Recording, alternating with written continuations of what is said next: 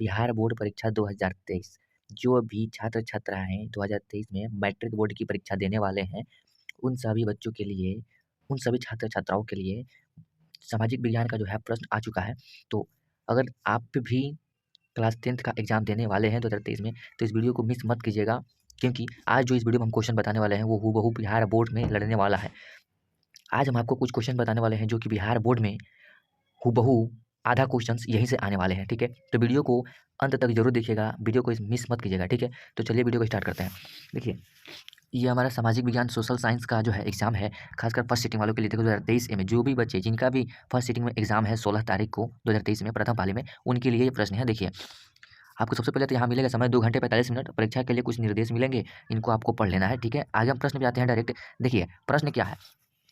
प्रश्न एक बोला है, आपको ध्यान रखना है कि ये जो हम बता रहे हैं क्वेश्चन, इन सभी क्वेश्चन को हम नहीं बोल रहे हैं कि सभी क्वेश्चन आएंगे, लेकिन हम इतना बोल सकते हैं कि इस क्वेश्चन में से कुछ आधे क्वेश्चन जो है आपके एग्जाम में हूबहू आने वाले हैं। तो ये जो है 100% है, ठीक है, कि आपके एग्जाम में यहाँ से 100% यहाँ से जो है क्वेश्चन आने वाले हैं, ठीक है। तो वीडियो को मिस मत कीजिएगा, वीडियो को अंत तक जरूर देखिएगा। देखिए पहला क्वेश्चन क्या बोला है। पहले क्वेश्चन में बोला है अमृत बाजार पत्रिका के संपादक कौन है। बोला है अमृत बाजार पत्रिका के संपादक कौन है। ऑप्शन ए में बोला है मोतीलाल घोष, बी में बोला है भारतेंदु हरिश्चंद्र, सी में बोला है राजा राम मोहन राय और डी में बोला है सच्चिदानंद सिन्हा। तो इसका राइट आंसर हो जाएगा आपका मोतीलाल घोष, यानी कि अमृत बाजार पत्रिका के संपादक कौन है, तो मोतीलाल घोष जो है वो क्या है, अमृत बाजार पत्रिका के संपादक है, ठीक है। आगे देखते हैं दूसरा नंबर क्वेश्चन में क्या बोला है। आगे नंबर क्वेश्चन बोला है कि मराठा समाचार जो है, मराठा समाचार पत्र किस भाषा से संबंधित था। मराठा समाचार पत्र जो था वो किस भाषा से संबंधित था। ए में है अंग्रेजी, बी में है हिंदी, सी में है बांग्ला और डी में है मराठी। तो मराठा जो था वो किस भाषा का शब्द है, किस भाषा से, किस समाचार पत्र किस भाषा से संबंधित था, तो अंग्रेजी भाषा से। मराठा समाचार पत्र किस भाषा से संबंधित था, तो अंग्रेजी से संबंधित था, ठीक है। अगला प्रश्न देख लेते हैं। अगला प्रश्न आपको बोला है, देखिए तीसरा प्रश्न बोला है निम्न में से किस सिख गुरु का जन्म पटना में हुआ था। निम्न में से किस सिख गुरु का जन्म जो है पटना में हुआ था। आपको ऑप्शन नंबर ए में बोला है पांचवें, चौथे, सी में पहले और डी में 10वें बोला है। निम्न में से किस सिख गुरु का जन्म पटना में हुआ था, तो तीसरा का डी 10वें गुरु का। 10वें गुरु का क्या हुआ था, पटना में जन्म हुआ था, ठीक है। आगे देख, अगला प्रश्न क्या बोला है। अगला प्रश्न बोला है बिहार बंगाल से कब पृथक हुआ। यानी कि इसका कहने का मतलब है बिहार जो है, ये बिहार ये बंगाल से कब विभाजित हुआ। ये बिहार है, ठीक है, यहाँ बंगाल था, ये बिहार जो है बंगाल से कब विभाजित हो गया, यानी पृथक हो गया, कब अलग हो गया। ऑप्शन ए में बोला है 1912 में, बी में बोला है 1936, सी में बोला है 1928 और डी में बोला है 1940। तो आपका चौथा का जो आंसर होगा वो राइट आंसर होगा ऑप्शन नंबर ए, यानी कि 1912 में। बिहार बंगाल से कब पृथक हुआ, तो 1912 में हुआ था, ठीक है। अगला क्वेश्चन है भारत आने वाले प्रथम व्यापारी कौन थे। ये जो है आपका मस्ट वीवीआई प्रश्न है, ये भी एग्जाम में एक साथ पूछे जाते हैं, ठीक है। देखिए भारत आने वाले प्रथम व्यापारी कौन थे, तो भारत आने वाले प्रथम व्यापारी जो थे वो पुर्तगाली थे। क्या थे, पुर्तगाली। आपको जब एग्जाम या क्वेश्चन पूछेगा तो आपको हिचकिचाना नहीं है, डायरेक्ट यहाँ देखिए भारत आने वाले प्रथम व्यापारी कौन थे, तो पुर्तगाली थे, ठीक है। आपको टेंशन लेने की जरूरत नहीं है, कौन थे, पुर्तगाली थे। अगला प्रश्न देख लेते हैं। अगला प्रश्न है उत्तरी एवं दक्षिणी वियतनाम का एकीकरण कब हुआ था। उत्तरी एवं दक्षिणी वियतनाम का एकीकरण कब हुआ था। ऑप्शन ए में है 1965, बी में है 1968, सी में है 1970 और डी में है 1975। तो उत्तरी एवं दक्षिणी वियतनाम का एकीकरण कब हुआ था, तो 1975 में हुआ था। ऑप्शन नंबर डी आपका राइट आंसर होगा। ये भी आपका मस्ट वीवीआई प्रश्न है, इसको भी आपको ध्यान में रखना है, ठीक है। ये भी एग्जाम में आपको पूछे जा सकते हैं। तो उत्तरी एवं दक्षिणी वियतनाम का एकीकरण कब हुआ था, तो 1975 में हुआ था। चलिए अगला प्रश्न देखते हैं। अगला प्रश्न बोला है 7 दिसंबर 1929, 7वां प्रश्न बोला है दिसंबर 1929 में किस नदी के तट पर नेहरू जी द्वारा तिरंगा फहराया गया था। नहीं, दिसंबर 1929 में किस नदी के तट पर नेहरू जी द्वारा तिरंगा फहराया गया था, तो सातवां का राइट आंसर हो जाएगा ऑप्शन नंबर सी, रावी नदी के। रावी नदी के जो है तट पर नेहरू जी के द्वारा क्या हुआ था, तिरंगा फहराया गया था। सन कब, 1929 में, दिसंबर में, ठीक है। चलिए अगला प्रश्न देखते हैं। अगला प्रश्न बोला है क्रांतिकारी नेता सूर्य सेन का उपनाम क्या था। क्रांतिकारी नेता सूर्य सेन का उपनाम क्या था। क्रांतिकारी नेता सूर्य सेन का उपनाम मास्टर दा था। क्या था, मास्टर दा था। तो एग्जाम में पूछे क्रांतिकारी नेता सूर्य सेन का उपनाम क्या था, तो मास्टर दे था, ठीक है। अगला प्रश्न देखते हैं। अगला प्रश्न में क्या बोला है। अगला प्रश्न बोला है राष्ट्रीय जल मार्ग 1 क्या है, राष्ट्रीय जल मार्ग 1 क्या है। ये भी मस्ट वीवीआई प्रश्न है, ये भी एग्जाम में आपको पूछे जा सकते हैं, ठीक है। इसको भी ध्यान में रखिएगा। तो राष्ट्रीय जल मार्ग 1 देखिए इलाहाबाद से लेकर के हल्दिया तक क्या है। राष्ट्रीय जल मार्ग 1 किसे कहा जाता है, तो इलाहाबाद से लेकर के हल्दिया तक को क्या कहते हैं, राष्ट्रीय जल मार्ग कहते हैं। ऑप्शन नंबर देखिए प्रश्न संख्या 10 में क्या बोला है। प्रश्न संख्या 10 में बोला है निम्न में से कौन उपभोक्ता उद्योग है। ये भी आपका मस्ट वीवीआई प्रश्न है, ये भी आपके एग्जाम में पूछे जा सकते हैं, ठीक है। इस साल जो है जो मैं मोस्ट वीवीआई क्वेश्चन बता रहा हूँ वो क्वेश्चन आपको जो है बिहार बोर्ड दे सकता है। चांस बहुत ज़्यादा है इस साल एग्जाम देने के लिए, ठीक है। ये क्वेश्चंस आने के लिए चांस बहुत ज़्यादा है। ठीक है, चलिए अगला प्रश्न में बोल रहा है कि निम्न में से कौन उपभोक्ता उद्योग है। देखिए, निम्न में से कौन उपभोक्ता उद्योग है, ये भी मस्ट भी प्रश्न है। देखिए, आपको यहाँ ध्यान रखना है इन सभी बातों पर, इनको हटा देना है। सिर्फ प्रश्न पढ़िए, निम्न में से कौन उपभोक्ता उद्योग है, तो ऑप्शन नंबर सी पर ध्यान देना है। चीनी उद्योग। क्या है? चीनी उद्योग। क्योंकि चीनी का उत्पादन जो है क्या हो रहा है, शुरू से ही जो है, शुरू से ही चीनी का उत्पादन हो रहा है। ठीक है, तो आपको ध्यान में रखना है निम्न में से कौन उपभोक्ता उद्योग है, तो चीनी उद्योग क्या एक उपभोक्ता उद्योग है। ठीक है, अगला प्रश्न देख लेते हैं। अगला प्रश्न बोला है गिर राष्ट्रीय उद्यान कहाँ है। गिर राष्ट्रीय उद्यान कहाँ है, तो गिर राष्ट्रीय उद्यान कहाँ है, गुजरात में। ऑप्शन नंबर डी क्या हो जाएगा, हमारा राइट आंसर हो जाएगा। यानी गिर राष्ट्रीय उद्यान कहाँ है, तो गुजरात में है। ठीक है, अगला प्रश्न बोला है प्रथम पृथ्वी सम्मेलन कहाँ आयोजित हुआ था। ये भी आपका मस्ट प्रीवियस प्रश्न है, 12 नंबर भी आपका मस्ट प्रीवियस प्रश्न है। देखिए, प्रथम पृथ्वी सम्मेलन कहाँ आयोजित हुआ था, तो प्रथम पृथ्वी सम्मेलन जो है वो रियो डी जेनेरियो में हुआ था। कहाँ हुआ था, जेनेरियो में। रियो डी जेनेरियो में हुआ था। प्रथम पृथ्वी सम्मेलन कहाँ हुआ था, रियो डी जेनेरियो में। इस बात को आपको ध्यान रखना है। ठीक है, अगला प्रश्न देख लेते हैं। अगला प्रश्न बोला है निम्न में से कौन खरीफ फसल है। ये भी आपका मोस्ट VVI प्रश्न है। ये भी हर एक साल एग्जाम में पूछे जाते हैं, हर एक साल लगातार पूछा गया है। ठीक है, तो इस बात को आपको ध्यान में रखना है, इस प्रश्न का पूरा ठीक लेना है, क्योंकि इस बार ये प्रश्न 100% आने ही वाले हैं। ठीक है, देखिए प्रश्न बोला है निम्न में से कौन खरीफ फसल है, गेहूं, चना, मटर या कपास। तो देखिए, खरीफ फसल की बात हो रहा है, खरीफ फसल की बात हो रहा है, तो खरीफ फसल में क्या हो सकता है, कपास। खरीफ फसल कौन है, खरीफ फसल है कपास। निम्न में से कौन खरीफ फसल है, कपास। ठीक है, आगे देख लेते हैं। बुक पढ़ेगा तो आपको कपास मिल जाएगा, बुक देख लीजिएगा। ठीक है, अगला प्रश्न देख लेते हैं। बांध को आधुनिक भारत का मंदिर किसने कहा था।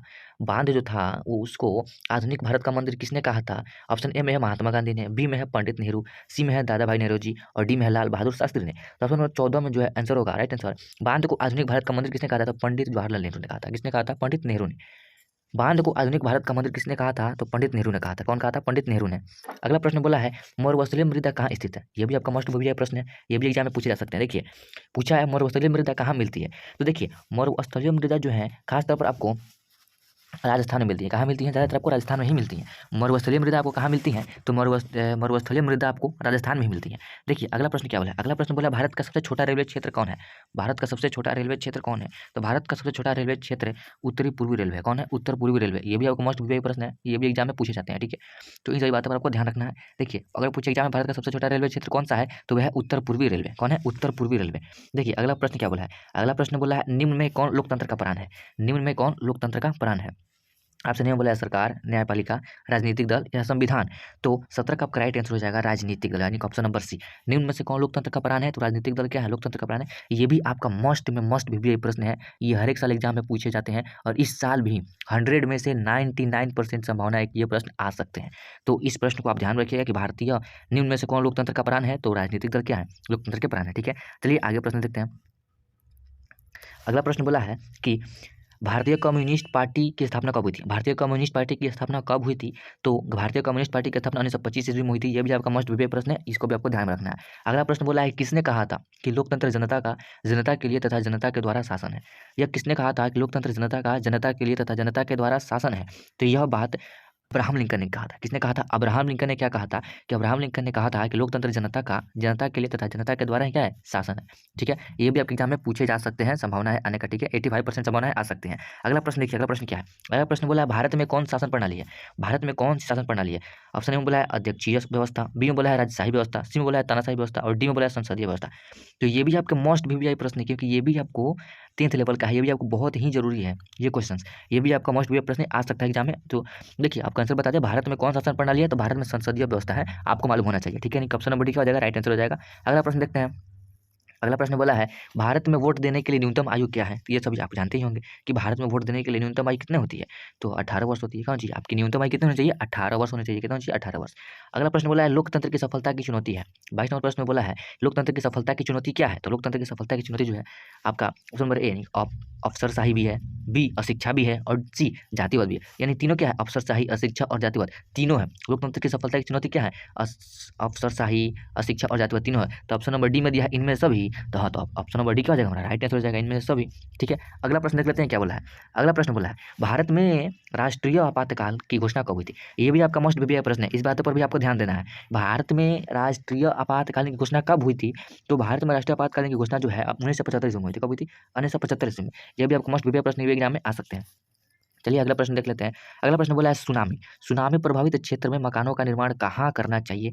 ये भी आपका VVI प्रश्न है, ये भी आने का चांस 80% है आपके इस साल एग्जाम में। ठीक है, देखिए सुनामी प्रभावित क्षेत्र में मकानों का निर्माण कहाँ करना चाहिए, तो कहाँ करना चाहिए, खासकर आपको सागर तट के दूर ऊंचाई वाले स्थान पर करना चाहिए। देखिए आपको ऑप्शन में पूछ सकता है सागर तट से दूर या ऊंचाई वाले स्थान पर, तो अगर सागर तट दिया है तो सागर मारिएगा, और अगर आपको बोला होगा कि ऊंचाई पर करना चाहिए तो ऊंचाई पर क्लिक कीजिएगा। ठीक है, तो अगला प्रश्न देखते हैं। अगला प्रश्न बोला है समाजवादी अर्थव्यवस्था का गुण क्या है, यानी 25 नंबर क्वेश्चन ने बोला है समाजवादी अर्थव्यवस्था का गुण है, तो समाजवादी अर्थव्यवस्था का गुण क्या है, ऑप्शन नंबर से यानी कि सामाजिक कल्याण। क्या है, सामाजिक कल्याण है।